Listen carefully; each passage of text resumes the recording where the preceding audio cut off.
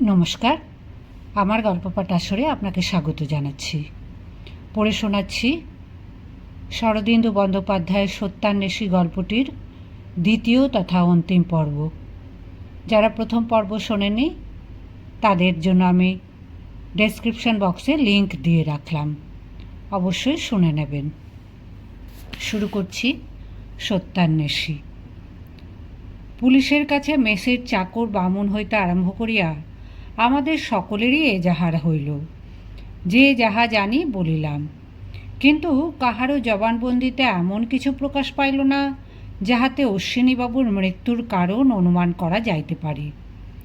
অশ্বিনীবাবু অত্যন্ত নির্বিরোধ লোক ছিলেন। মেস ও অফিস ব্যতীত অন্য কোথাও তাহার বন্ধু বান্ধব কেহ ছিল বলিয়াও জানা গেল না। তিনি প্রতি শনিবারে বাড়ি যাইতেন। 10-12 বৎসর এইরূপ চলিয়া আসিতেছে, কখনো ব্যতিক্রম হয় নাই। কিছুদিন হইতে তিনি বহুমূত্র রোগে ভুগিতেছিলেন। এইরূপ গোটা কয়েক সাধারণ কথাই প্রকাশ পাইল।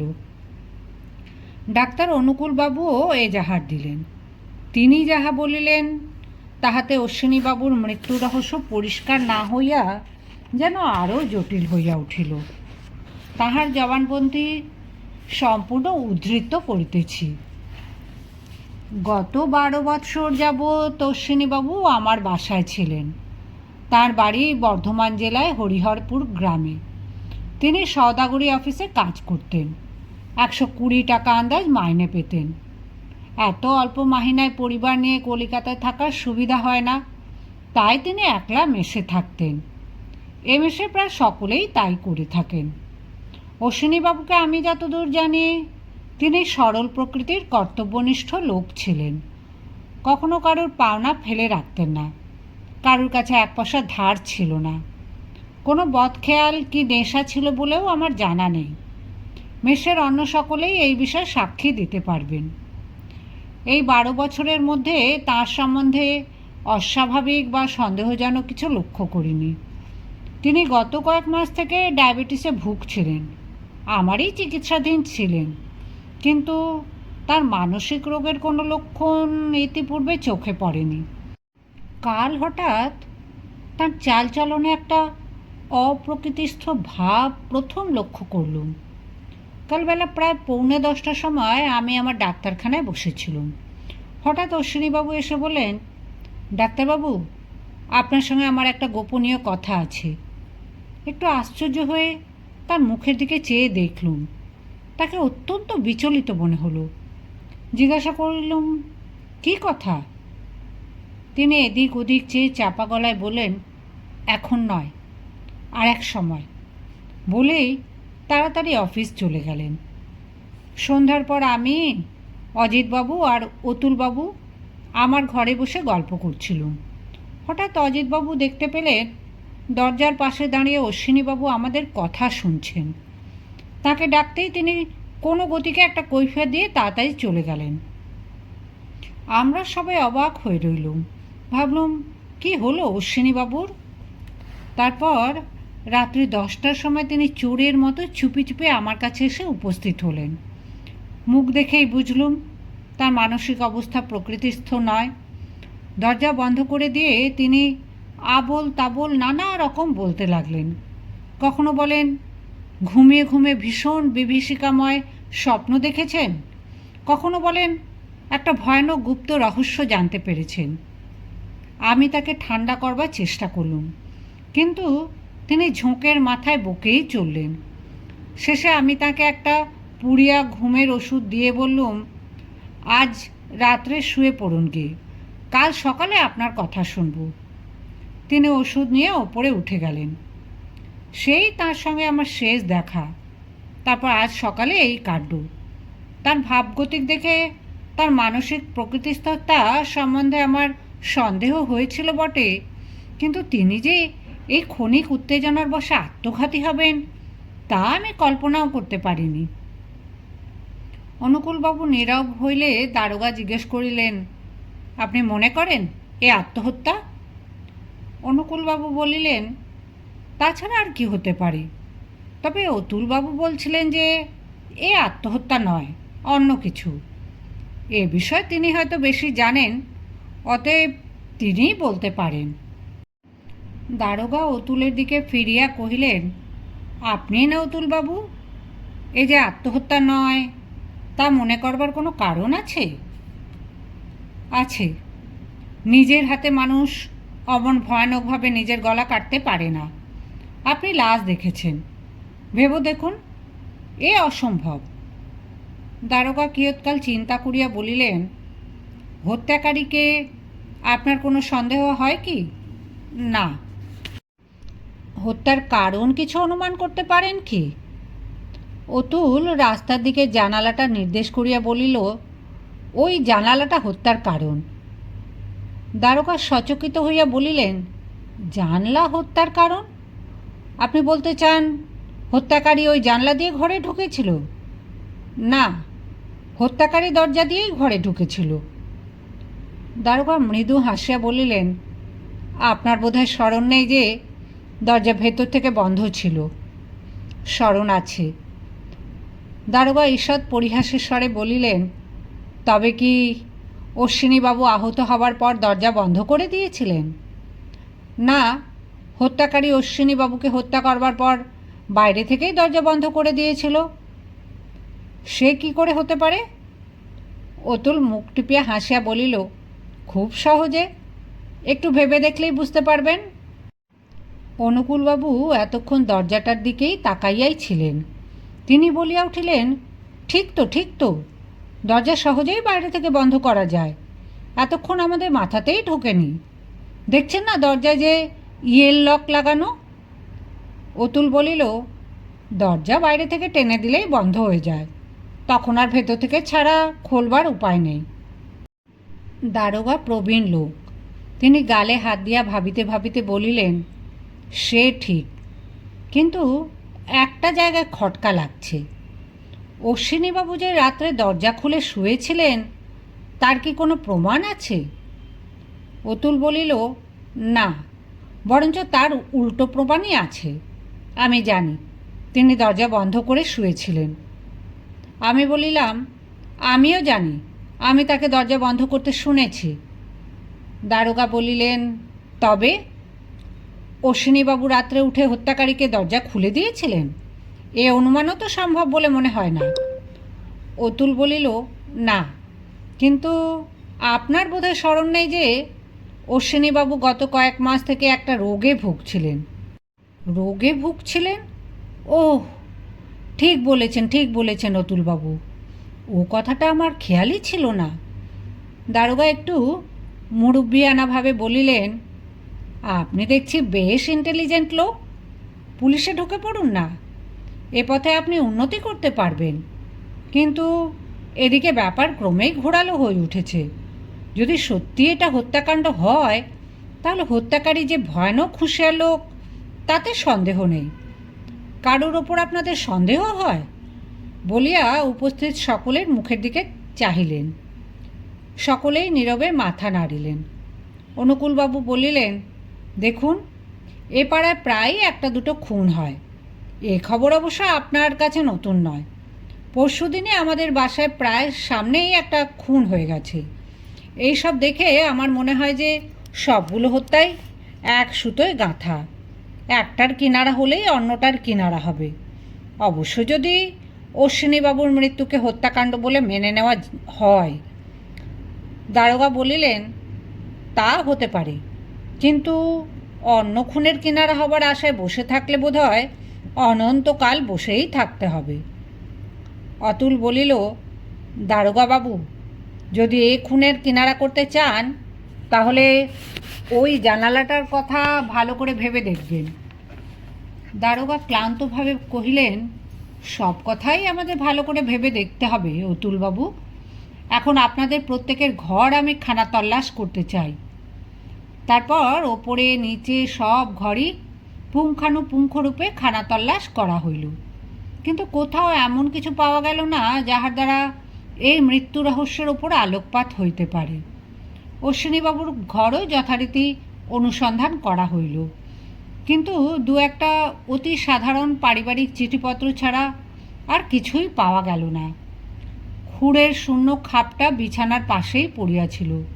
তিনি নিজে খোড়কার্য করিতেন, এ কথা আমরা সকলেই জানিতাম। খাপটা চিনিতেও কষ্ট হইল না। অশ্বিনীবাবুর মৃতদেহ পূর্বেই স্থানান্তরিত হইয়াছিল। অতঃপর তাহার দরজার তালা লাগাইয়া শিলমোহর করিয়া দারোগা বেলা 1:30 নাগাদ প্রস্থান করিলেন। অশ্বিনীবাবুর বাড়িতে তার পাঠানো হইয়াছিল। বৈকালে তাহার পুত্ররা ও অন্যান্য নিকট আত্মীয়বর্গ আসিয়া উপস্থিত হইলেন। তাহাদের বিস্মিত বিমূঢ় শোকের চিত্রের ওপর জবনিকা টানিয়া দিলাম। আমরা অনাত্মীয় হইলেও অশ্বিনীবাবুর এই শোচনীয় মৃত্যুতে প্রত্যেকেই গভীরভাবে আহত হইয়াছিলাম। তাছাড়া নিজেদের প্রাণ লইয়াও কম আশঙ্কা হয় নাই। যেখানে পাশের ঘরে এইরূপ ব্যাপার ঘটিতে পারে, সেখানে আমাদের জীবনেরই বা নিশ্চয়তা কি? মলিন শশাঙ্ক অবসন্নতার ভেতর দিয়া এই বিপদ ভারাক্রান্ত দুর্দিন কাটিয়া গেল। রাত্রিকালে শয়নের পূর্বে ডাক্তারের ঘরে গিয়া দেখিলাম তিনি স্তব্ধ গম্ভীর মুখে বসে আছেন। এই একদিনের ঘটনায় তাহার শান্ত নিশ্চিহ্ন মুখের ওপর কালো কালো রেখা পড়িয়া গিয়াছে। আমি তাহার পাশে বসিয়া বলিলাম, বাসার সকলেই তো মেস ছেড়ে চলে যাবার জোগাড় করছেন। ম্লান হাসিয়া অনুকূলবাবু বলিলেন, তাদের তো দোষ দেওয়া যায় না অজিতবাবু। এরকম ব্যাপার যেখানে ঘটে সেখানে কে থাকতে চায় বলুন? কিন্তু একটা কথা আমি কিছুতেই বুঝতে পারছি না, একে খুন বলা যেতে পারে কি করে? আর যদি খুনই হয়, তাহলে মেসের বাইরের লোকের দ্বারা তো খুন সম্ভব হতে পারে না। প্রথমত, হত্যাকারী ওপরে উঠল কী করে? সিঁড়ির দরজা রাত্রিকালে বন্ধ থাকে, এ তো আপনারা সকলে জানেন। যদি ধরে নেওয়া যায় যে লোকটা কোনো কৌশলে উপরে উঠেছিল, কিন্তু সে অশ্বিনীবাবুর খুর দিয়ে তাকে খুন করলো কী করে? এ কি কখনো সম্ভব?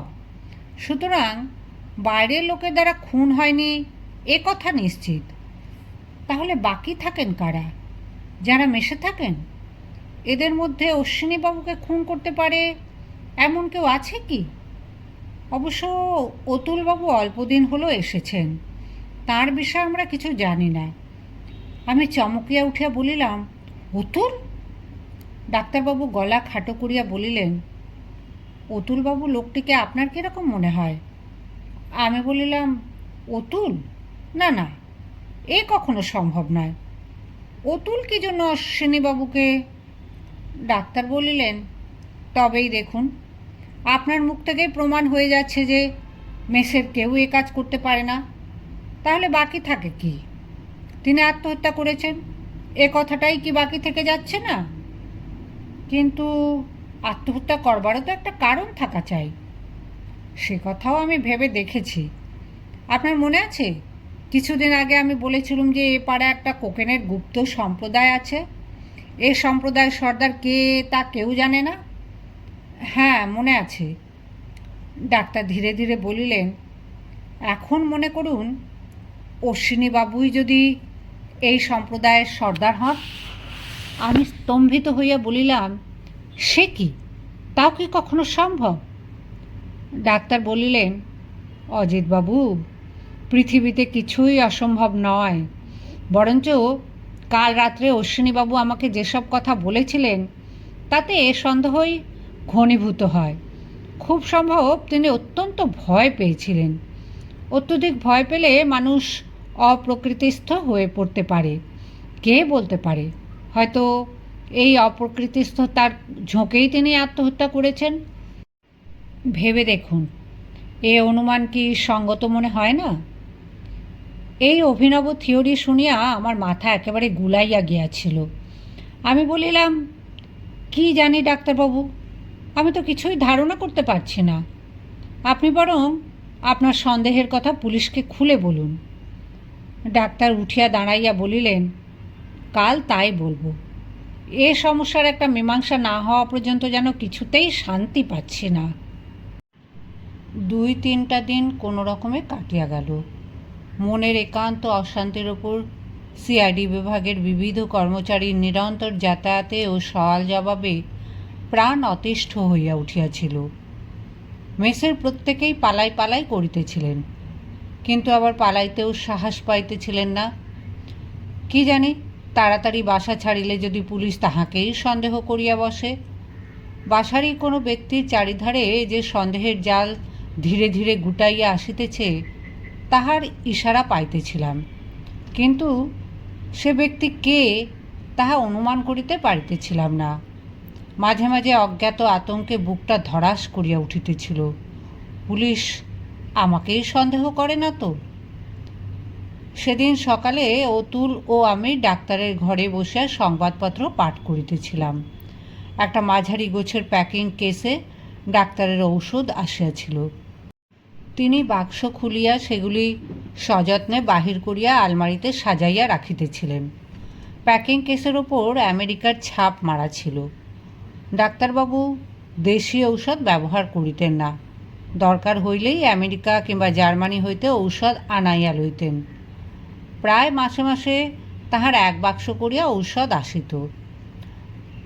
অতুল খবরের কাগজের অর্ধাংশটা নামাইয়া রাখিয়া বলিল, ডাক্তারবাবু, আপনি বিদেশ থেকে ওষুধ আনান কেন?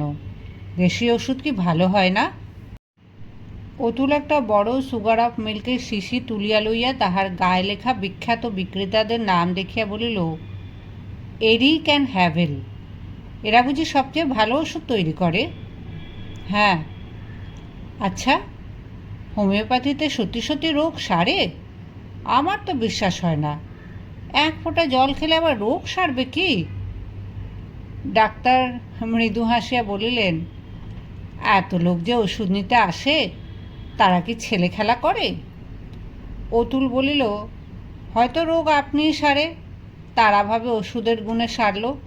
বিশ্বাসেও অনেক সময় কাজ হয় কি না? ডাক্তার শুধু একটু হাসিলেন, কিছু বলিলেন না।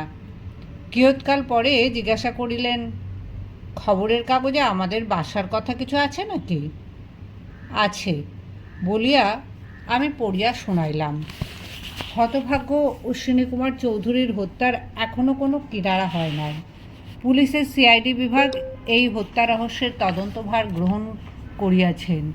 কিছু কিছু তথ্যও আবিষ্কৃত হইয়াছে। আশা করা যাইতেছে শীঘ্রই আসামি গ্রেপ্তার হইবে। ছাই হবে ওই আশা করা পর্যন্ত। ডাক্তারবাবু মুখ ফিরাইয়া বলিয়া উঠিলেন, এ কি দারোগাবাবু? দারোগা ঘরে প্রবেশ করিলেন, সঙ্গে দুইজন কনস্টেবল। ইনি আমাদের সেই পূর্ব পরিচিত দারোগা।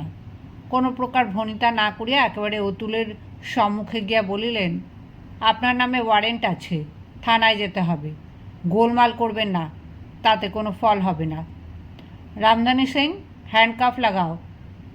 একজন কনস্টেবল ক্ষিপ্র অভ্যস্ত হস্তে কড়াত করিয়া হাত করা পড়াইয়া দিল। আমরা সবাই উঠিয়া দাঁড়াইয়াছিলাম। অতুল বলিয়া উঠিল, এ কি? দারোগা বলিলেন, এই দেখুন ওয়ারেন্ট। অশ্বিনী কুমার চৌধুরীকে হত্যা করার অপরাধে অতুল চন্দ্র মিত্রকে গ্রেপ্তার করা হলো। আপনারা দুজনে একে অতুল চন্দ্র মিত্র বলে শনাক্ত করছেন? নিঃশব্দে অভিভূতের মতো আমরা ঘাড় নাড়িলাম। অতুল মৃদু হাসিয়া বলিল, শেষ পর্যন্ত আমাকেই ধরলেন? আচ্ছা, চলুন থানায়। অজিত, কিছু ভেবো না, আমি নির্দোষ। একটা ঠিকা গাড়ি ইতিমধ্যে বাড়ির সম্মুখে আসিয়া দাঁড়াইয়াছিল। অতুলকে তাহাতে তুলিয়া পুলিশ সদল বলে চলিয়া গেল। পাংশু মুখে ডাক্তার বলিলেন, অতুলবাবুই তাহলে? কি ভয়ানক, কি ভয়ানক! মানুষের মুখ দেখে কিছু বোঝবার উপায় নেই। আমার মুখে কথা বাহির হইল না। অতুল হত্যাকারী! এই কয়দিন তাহার সহিত একত্র বাস করিয়া তাহার প্রতি আমার মনে একটা প্রীতিপূর্ণ সৌহার্দ্যের সূত্রপাত হইয়াছিল। তাহার স্বভাবটি এত মধুর যে আমার হৃদয় এই অল্পকাল মধ্যেই সে জয় করিয়া লইয়াছিল। সেই অতুল খুনি? কল্পনার অতীত বিস্ময়ে, ক্ষোভে, মর্মপীড়ায় আমি যেন দিগ্ভ্রান্ত হইয়া গেলাম। ডাক্তার বলিলেন, এই জন্যেই অজ্ঞাত কুলসী লোককে আশ্রয় দেওয়া শাস্ত্রে বারণ। কিন্তু তখন কে ভেবেছিল যে লোকটা এত বড় একটা... আমার কিছুই ভালো লাগিতেছিল না। উঠিয়া গিয়া নিজের ঘরে দ্বার বন্ধ করিয়া শুইয়া পড়িলাম। স্নানাহার করিবারও প্রবৃত্তি হইল না। ঘরের ওপাশে অতুলের জিনিসপত্র ছড়ানো রহিয়াছে। সেই দিকে চাহিয়া আমার চক্ষে জল আসিয়া পড়িল। অতুলকে যে কতখানি ভালোবাসিয়াছি তাহা বুঝিতে পারিলাম। অতুল যাইবার সময় বলিয়া গিয়াছে সে নির্দোষ। তবে কি পুলিশ ভুল করিল? আমি বিছানায় উঠিয়া বসিলাম। যে রাত্রে অশ্বিনীবাবু হত হন সে রাত্রির সমস্ত কথা স্মরণ করিবার চেষ্টা করিলাম। অতুল মেঝেই বালিশের ওপর কান পাতিয়া ডাক্তারের সহিত অশ্বিনীবাবুর কথাবার্তা শুনিতেছিল। কেন শুনিতেছিল? কী উদ্দেশ্যে? তারপর রাত্রে 11টার সময় আমি ঘুমাইয়া পড়িলাম। একেবারে সকালে ঘুম ভাঙিল। ইতিমধ্যে অতুল যদি... কিন্তু অতুল গোড়া হইতে বলিতেছে এ খুন, আত্মহত্যা নয়। যে স্বয়ং হত্যাকারী সে কি এমন কথা বলিয়া নিজের গলায় ফাঁসি পড়াইবার চেষ্টা করিবে? কিংবা এমনও তো হইতে পারে যে নিজের ওপর হইতে সন্দেহ ঝাড়িয়া ফেলিবার উদ্দেশ্যেই অতুল এ কথা বলিতেছে, যাহাতে পুলিশ ভাবে যে অতুল যখন এত জোর দিয়া বলিতেছে এ হত্যা, তখন সে কখনোই হত্যাকারী নহে। এইরূপ নানা চিন্তায় উদ্ভ্রান্ত উৎপীড়িত মন লইয়া আমি বিছানায় পড়িয়া ছটফট করিতে লাগিলাম। কখনো উঠিয়া ঘরে পায়চারি করিতে লাগিলাম। এমনি করিয়া দ্বিপ্রহর অতীত হইয়া গেল। বেলা 3টা বাজিল। হঠাৎ মনে হইল কোনো উকিলের কাছে গিয়া পরামর্শ লইয়া আসি। এরূপ অবস্থায় পড়িলে কি করা উচিত কিছুই জানা ছিল না। উকিলও কাহাকেও চিনি না। যাহা হোক, একটা উকিল খুঁজিয়া বাহির করা দুষ্কর হইবে না বুঝিয়া একটা জামা গলাইয়া লইয়া তাড়াতাড়ি বাহির হইবার উপক্রম করিতেছি, এমন সময় দরজায় ধাক্কা পড়িল। দ্বার খুলিয়া দেখি সম্মুখেই অতুল। হ্যাঁ, অতুল বলিয়া আমি আনন্দে তাহাকে প্রায় জড়াইয়া ধরিলাম। সে দোষী কি নির্দোষ এ আন্দোলন মন হইতে একেবারে মুছিয়া গেল। রুক্ষ মাথা, শুষ্ক মুখ। অতুল হাসিয়া বলিল, হ্যাঁ ভাই, আমি। বড্ড ভুগিয়েছে। অনেক কষ্টে একজন জামিন পাওয়া গেল, তাই ছাড়া পেলুম, নইলে আজ হাজতবাস করতে হতো। তুমি চলেছ কোথায়? একটু অপ্রতিভভাবে বলিলাম, উকিলের বাড়ি। অতুল সস্নেহে আমার একটা হাত চাপিয়া দিয়া বলিল, আমার জন্যে? তার আর দরকার নেই ভাই, আপাতত কিছুদিনের জন্য ছাড়ান পাওয়া গেছে। দুজনে ঘরের মধ্যে আসছিলাম। অতুল ময়লা জামাটা খুলিতে খুলিতে বলিল, উফ, মাথাটা ঝাঁ ঝাঁ করছে। সমস্ত দিন নাওয়া খাওয়া নেই। তুমিও দেখছি নাওনি খাওনি। বেচারি। চলো চলো, মাথায় 2 ঘটি জল ঢেলে যা হোক দুটো মুখে দেওয়া যাক। নাড়ি একেবারে চুঁইয়ে গেছে। আমি দ্বিধা ঠেলিয়া বলিবার চেষ্টা করিলাম, অতুল, তুমি তুমি আমি কি অশ্বিনীবাবুকে খুন করেছে কি না? অতুল মৃদুকণ্ঠে হাসিল। সে আলোচনা পরে হবে, এখন কিছু খাওয়া দরকার। মাথাটা ধরেছে দেখছি। যা হোক, স্নান করলেই সেরে যাবে বোধ হয়। ডাক্তারবাবু প্রবেশ করিলেন। তাহাকে দেখিয়া অতুল বলিল, অনুকূলবাবু, ঘষা দোয়ানির মতো আবার আমি ফিরে এলুম। ইংরাজিতে একটা কথা আছে না, ব্যাড পেনি। আমার অবস্থাও প্রায় সেই রকম। পুলিশেও নিলে না, ফিরিয়ে দিলে। ডাক্তার একটু গম্ভীরভাবে বলিলেন, অতুলবাবু, আপনি ফিরে এসেছেন খুব সুখের বিষয়। আশা করি পুলিশ আপনাকে নির্দোষ বুঝেই ছেড়ে দিয়েছে। কিন্তু আমার এখানে আর আপনার, বুঝতেই তো পারছেন, 5 জনকে নিয়ে মেস, এমনিতেই সকলে পালাই পালাই করছেন। তার উপর যদি আবার আপনি কিছু মনে করবেন না, আপনার প্রতি আমার কোনো বিদ্বেষ নেই। কিন্তু অতুল বলিল, না না, সে কি কথা? আমি এখন দাগি আসামি, আমাকে আশ্রয় দিয়ে আপনারা বিপদে পড়বেন কেন? বলা তো যায় না। পুলিশ হয়তো শেষে আপনাকেও এন্ডিং অ্যাবেটিং চার্জে ফেলবে। তা আজই কি চলে যেতে বলেন? ডাক্তার একটু চুপ করিয়া থাকিয়া অনিচ্ছা ভরে বলিলেন, না, আজ রাতটা থাকুন, কিন্তু কাল সকালেই। অতুল বলিল, নিশ্চয়, কাল আর আপনাদের বিব্রত করব না। যেখানে হোক একটা আস্তানা খুঁজে নেব। শেষ পর্যন্ত উড়িয়া হোটেল তো আছেই। বলিয়া হাসিল। ডাক্তার তখন থানায় কি হইল জিজ্ঞাসা করিলেন। অতুল ভাষা ভাষা জবাব দিয়া স্নান করিতে চলিয়া গেল। ডাক্তার আমাকে বলিলেন, অতুলবাবু মনে মনে ক্ষুণ্ণ হলেন বুঝতে পারছি, কিন্তু উপায় কি বলুন? একে তো মেসের বদনাম হয়ে গেছে, তার উপর যদি পুলিশের গ্রেপ্তারি আসামি রাখি, সেটা কি নিরাপদ হবে? আপনিই বলুন। বাস্তবিক এটুকু সাবধানতা ও স্বার্থপরতার জন্য কাহাকেও দোষ দেওয়া যায় না।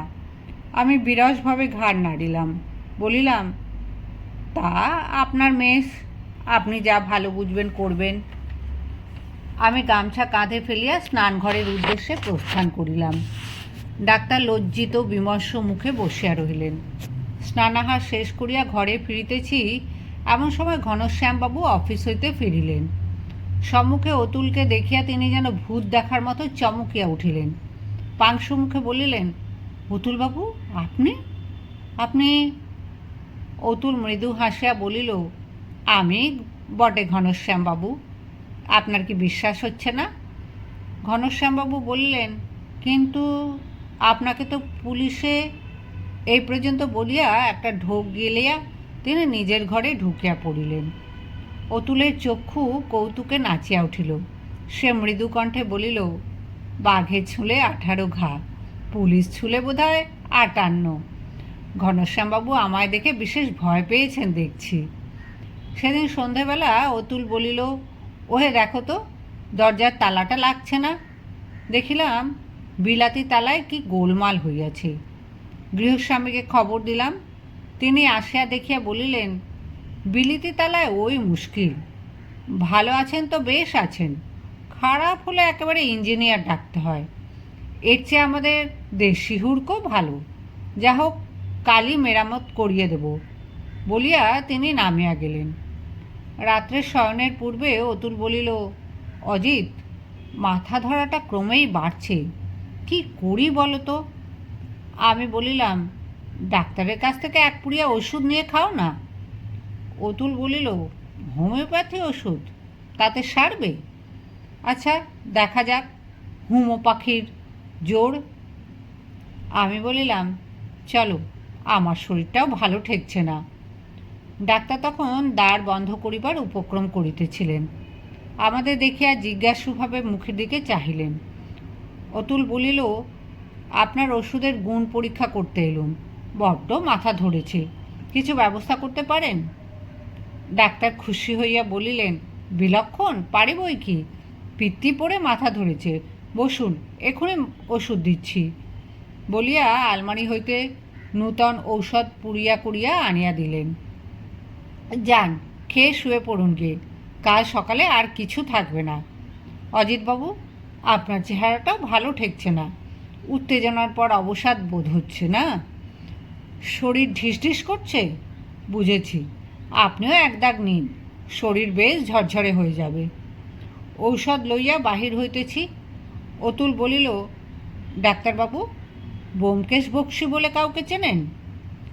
ডাক্তার ঈষৎ চমকিত হইয়া বলিলেন, না, কে তিনি? অতুল বলিল, জানি না, আজ থানায় তার নাম শুনলুম। তিনি নাকি এই হত্যার তদন্ত করছেন। ডাক্তার মাথা নাড়িয়া বলিলেন, না, আমি তাকে চিনি না। ওপরে নিজেদের ঘরে ফিরিয়া আসিয়া আমি বলিলাম, অতুল, এবার সব কথা আমায় বলো। কি বলবো?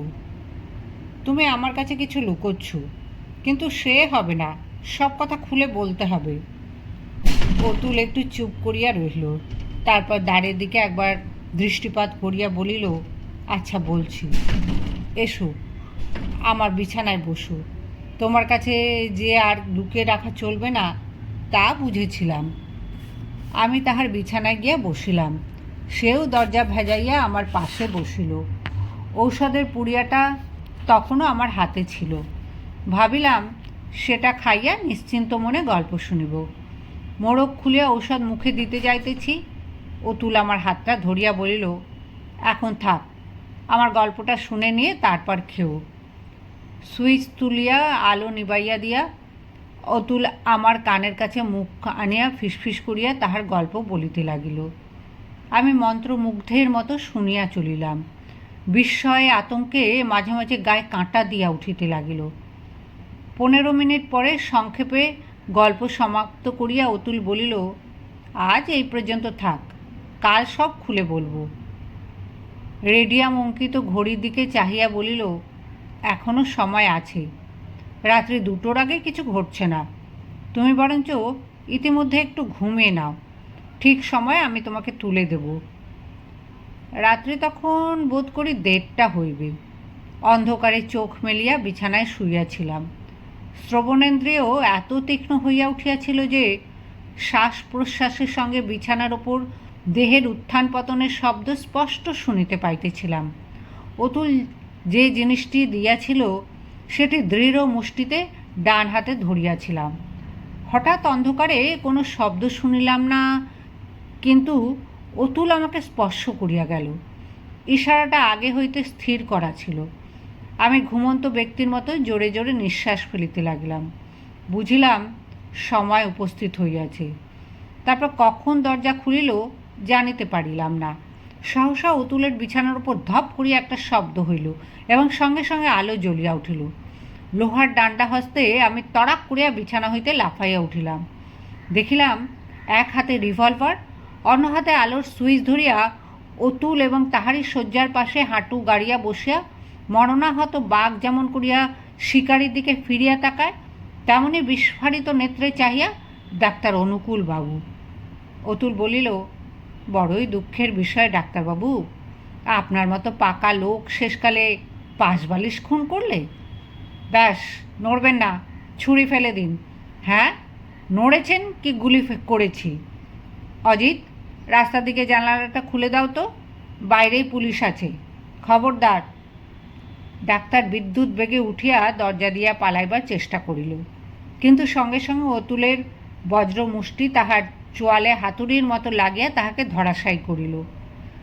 মাটিতে উঠিয়া বসিয়া ডাক্তার বলিল, বেশ, হার মানলুম, কিন্তু আমার অপরাধ কি শুনি? অপরাধ কি একটা ডাক্তার যে মুখে মুখে বলবো? তার প্রকাণ্ড ফিরিস্তি পুলিশ অফিসে তৈরি হয়েছে, ক্রমে প্রকাশ পাবে। আপাতত 4-5 জন কনস্টেবল সঙ্গে করিয়া দারোগা ও ইন্সপেক্টর প্রবেশ করিল। অতুল বলিল, আপাতত ব্যোমকেশ বক্সী সত্যান্বেষীকে আপনি খুন করার চেষ্টা করেছেন, এই অপরাধে পুলিশের সোপর্দ করছি। ইন্সপেক্টর বাবু, ইনি আসামি। ইন্সপেক্টর নিঃশব্দে ডাক্তারের হাতে হাত করা লাগাইলেন। ডাক্তার বিষাক্ত দৃষ্টিতে চাহিয়া বলিল, এ ষড়যন্ত্র। পুলিশ আর ওই ব্যোমকেশ বক্সী মিলে আমাকে মিথ্যে মোকদ্দমায় ফাঁসিয়েছে, কিন্তু আমিও দেখে নেব, দেশে আইন আদালত আছে, আমারও টাকার অভাব নেই। ব্যোমকেশ বলিল, তা তো নেই, এত কোকেন বিক্রির টাকা যাবে কোথায়? বিকৃত মুখে ডাক্তার বলিল, আমি কোকেন বিক্রি করি তার কোনো প্রমাণ আছে? আছে বই কি ডাক্তার, তোমার সুগার অফ মিল্কের শিশিতেই তার প্রমাণ আছে। জোঁকের মুখে নুন পড়িলে যেমন হয়, ডাক্তার মুহূর্ত মধ্যে তেমনই কুঁকড়াইয়া গেল। তাহার মুখ দিয়ে আর কথা বাহির হইল না, শুধু নির্নিমেষ চক্ষু দুটো ব্যোমকেশের ওপর শক্তিহীন ক্রোধে অগ্নিবৃষ্টি করতে লাগল। আমার মনে হইল এ যেন আমার সেই সাদা সিধা নির্বিরোধ অনুকূলবাবু নহে, একটা দুর্দান্ত নরঘাতক গুন্ডা ভদ্রতার খোলস ছাড়িয়া বাহির হইয়া আসিল। ইহারই সহিত এতদিন পরম বন্ধুভাবে কাল কাটাইয়াছি ভাবিয়া শিহরিয়া উঠিলাম। ব্যোমকেশ জিজ্ঞাসা করিল, কী ওষুধ আমাদের দুজনকে দিয়েছিলে ঠিক করে বলো দেখি ডাক্তার। মরফিয়ার গুঁড়ো না? বলবে না? বেশ, বলো না, কেমিক্যাল পরীক্ষায় ধরা পড়বেই। একটা চুরুট ধরাইয়া বিছানায় আরাম করিয়া বসিয়া বলিল, দারোগা বাবু, এবার আমার এত্তালা লিখুন। ফার্স্ট ইনফরমেশন রিপোর্ট লিপিবদ্ধ হইলে পর ডাক্তারের ঘর খানা তল্লাশ করিয়া 2টি বড় বড় বোতলে কোকেন বাহির হইল। ডাক্তার সেই যে চুপ করিয়াছিল আর বাং নিষ্পত্তি করে নাই। অতঃপর তাহাকে বমাল সমেত থানায় রওনা করিয়া দিতে ভোর হইয়া গেল। তাহাদের চালান করিয়া দিয়া ব্যোমকেশ বলিল, এখানে তো সব লণ্ডভণ্ড হয়ে আছে, চলো আমার বাসায়, সেখানে গিয়ে চা খাওয়া যাবে। হ্যারিসন রোডের একটা বাড়ির তেতলায় উপস্থিত হইয়া দেখলাম দ্বারের পাশে পেতলের ফলকে লেখা আছে, শ্রী ব্যোমকেশ বক্সী, সত্যান্বেষী। ব্যোমকেশ বলিল, স্বাগতম মহাশয়, দিনের কুটিরে পদার্পণ করুন। জিজ্ঞাসা করিলাম, সত্যান্বেষীটা কি? ওটা আমার পরিচয়। ডিটেকটিভ কথাটা শুনতে ভালো না, গোয়েন্দা শব্দটা আরও খারাপ, তাই নিজের খেতাব দিয়েছি সত্যান্বেষী। ঠিক হয়নি? সমস্ত তেতলাটা ব্যোমকেশের, গুটি 4-5 ঘর আছে, বেশ পরিষ্কার পরিচ্ছন্ন। জিজ্ঞাসা করিলাম, একলাই থাকো বুঝি? হ্যাঁ, সঙ্গী কেবল ভৃত্য পুঁটিরাম। আমি একটা নিঃশ্বাস ফেলিয়া বলিলাম, দিব্যি বাসাটি। কতদিন এখানে আছো? প্রায় বছরখানেক। মাঝে কেবল কয়েকদিনের জন্য তোমাদের বাসায় স্থান পরিবর্তন করেছিলুম। ভৃত্য পুঁটিরাম তাড়াতাড়ি স্টোভ জ্বালিয়া চা তৈয়ার করিয়া আনিল। গরম পেয়ালায় চুমুক দিয়া ব্যোমকেশ বলিল, আহ, তোমাদের মেশে ছদ্মবেশে কদিন মন্দ কাটিল না। ডাক্তার কিন্তু শেষের দিকে ধরে ফেলেছিল। দোষ অবশ্য আমারই। কীরকম? পুলিশের কাছে জানলার কথাটা বলেই ধরা পড়ে গেলুম। বুঝতে পারছো না?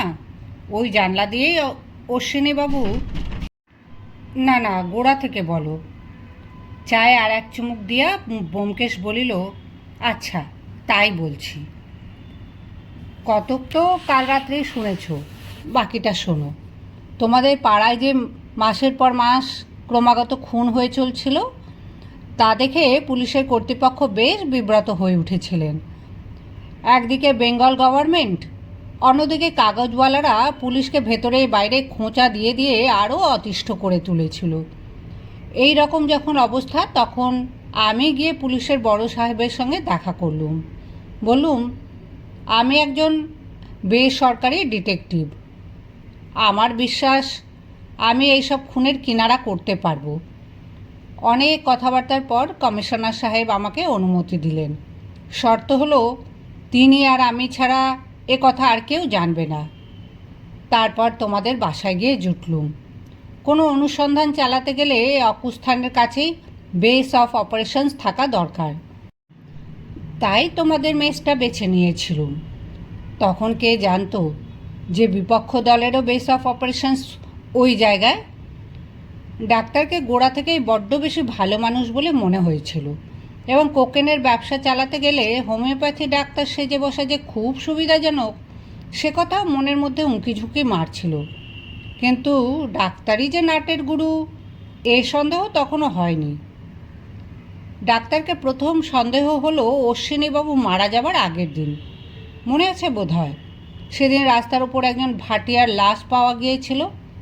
ডাক্তার যখন শুনলে যে তার ট্যাঁকের গেঁজে থেকে 1,000 টাকা নোট বেরিয়েছে, তখন তার মুখে মুহূর্তের জন্য এমন একটা ব্যর্থ লোভের ছবি ফুটে উঠল যে তা দেখেই আমার সমস্ত সন্দেহ ডাক্তারের ওপর গিয়ে পড়ল।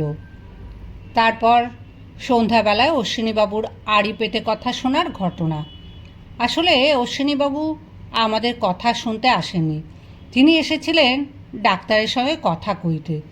কিন্তু আমরা রয়েছি দেখে তাড়াতাড়ি যা হয় একটা কৈফিয়ত দিয়ে চলে গেলেন।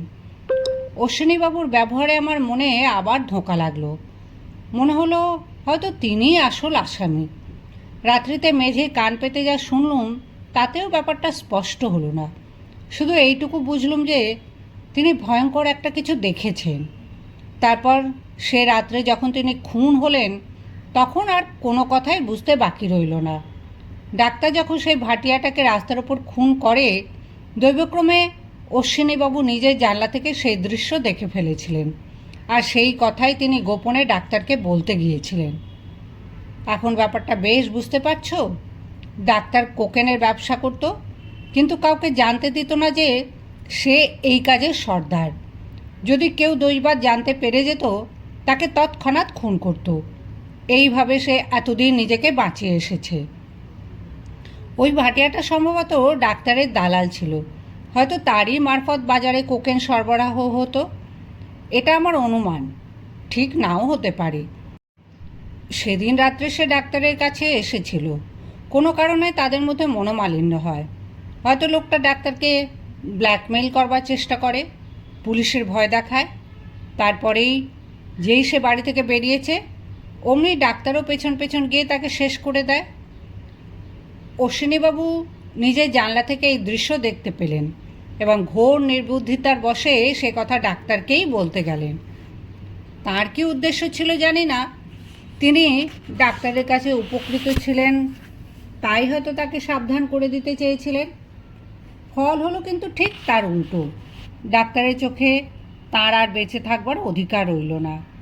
সেই রাত্রেই কোনো সময় যখন তিনি ঘর থেকে বেরোবার উপক্রম করলেন অমনি সাক্ষাৎ যম তার সামনে এসে দাঁড়ালো।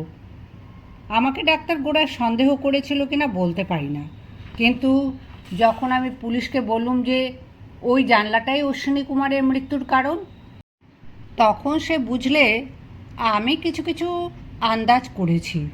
সুতরাং আমারও ইহলোক ত্যাগ করবার খাঁটি অধিকার জন্মালো। কিন্তু ইহলোক ত্যাগ করবার জন্য আমি একেবারে ব্যগ্র ছিলুম না, তাই অত্যন্ত সাবধানে দিন কাটাতে লাগলুম। তারপর পুলিশ এক মস্ত বোকামি করে বসলো, আমাকে গ্রেপ্তার করলে। যা হোক, কমিশনার সাহেব এসে আমাকে খালাস করলেন। আমি আবার মেসে ফিরে এলুম। ডাক্তার তখন স্থির বুঝলে যে আমি গোয়েন্দা, কিন্তু সে ভাব গোপন করে আমাকে রাত্রির জন্য মেসে থাকতে দিয়ে ভারী উদারতা দেখিয়ে দিলে। উদারতার আড়ালে একটি মাত্র উদ্দেশ্য ছিল, কোনো রকমে আমাকে খুন করা, কারণ তার বিষয়ে আমি যত কথা জানতুম এত আর কেউ জানতো না। ডাক্তারের বিরুদ্ধে তখন পর্যন্ত কিন্তু সত্যিকারের কোনো প্রমাণ ছিল না। অবশ্য তার ঘর খানা তল্লাশি করে কোকেন বার করে তাকে জেলে দেওয়া যেতে পারত, কিন্তু সে যে একটা নিষ্ঠুর খুনি এ কথা কোনো আদালতে প্রমাণ হতো না। তাই আমিও তাকে প্রলোভন দেখাতে শুরু করলুম। দরজার তালায় পেরেক ফেলে দিয়ে আমি সেটাকে খারাপ করে দিলুম। ডাক্তার খবর পেয়ে মনে মনে উল্লসিত হয়ে উঠল। আমরা রাতের দরজা বন্ধ করে শুতে পারবো না। তারপর আমরা যখন ওষুধ নিতে গেলুম তখন সে সাক্ষাৎ স্বর্গ হাতে পেলে।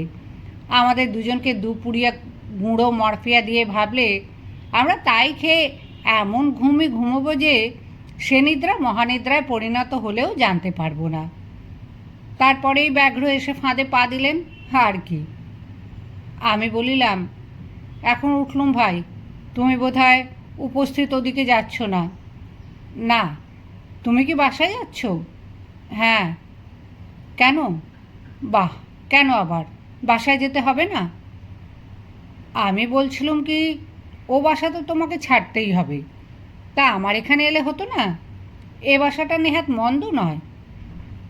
আমি খানিক চুপ করিয়া থাকিয়া বলিলাম, প্রতিদান দিচ্ছ বুঝি? ব্যোমকেশ আমার কাঁধে হাত রাখিয়া বলিল, না ভাই, প্রতিদান নয়। মনে হচ্ছে তোমার সঙ্গে এক জায়গায় না থাকলে আর মন টিকবে না। এই কদিনেই কেমন একটা বদ অভ্যেস হয়ে জন্মে গেছে। সত্যি বলছো? সত্যি বলছি। তবে তুমি থাকো, আমি জিনিসপত্রগুলো নিয়ে আসি। ব্যোমকেশ প্রফুল্ল মুখে বলিল, সেই সঙ্গে আমার জিনিসগুলোও আনতে ভুলো না যেন। সত্যান্বেষী গল্পটি এখানেই শেষ হলো। দেখা হচ্ছে পরবর্তী একটি নতুন গল্পে। ততক্ষণ ভালো থাকবেন, সঙ্গে থাকবেন। অনেক ধন্যবাদ।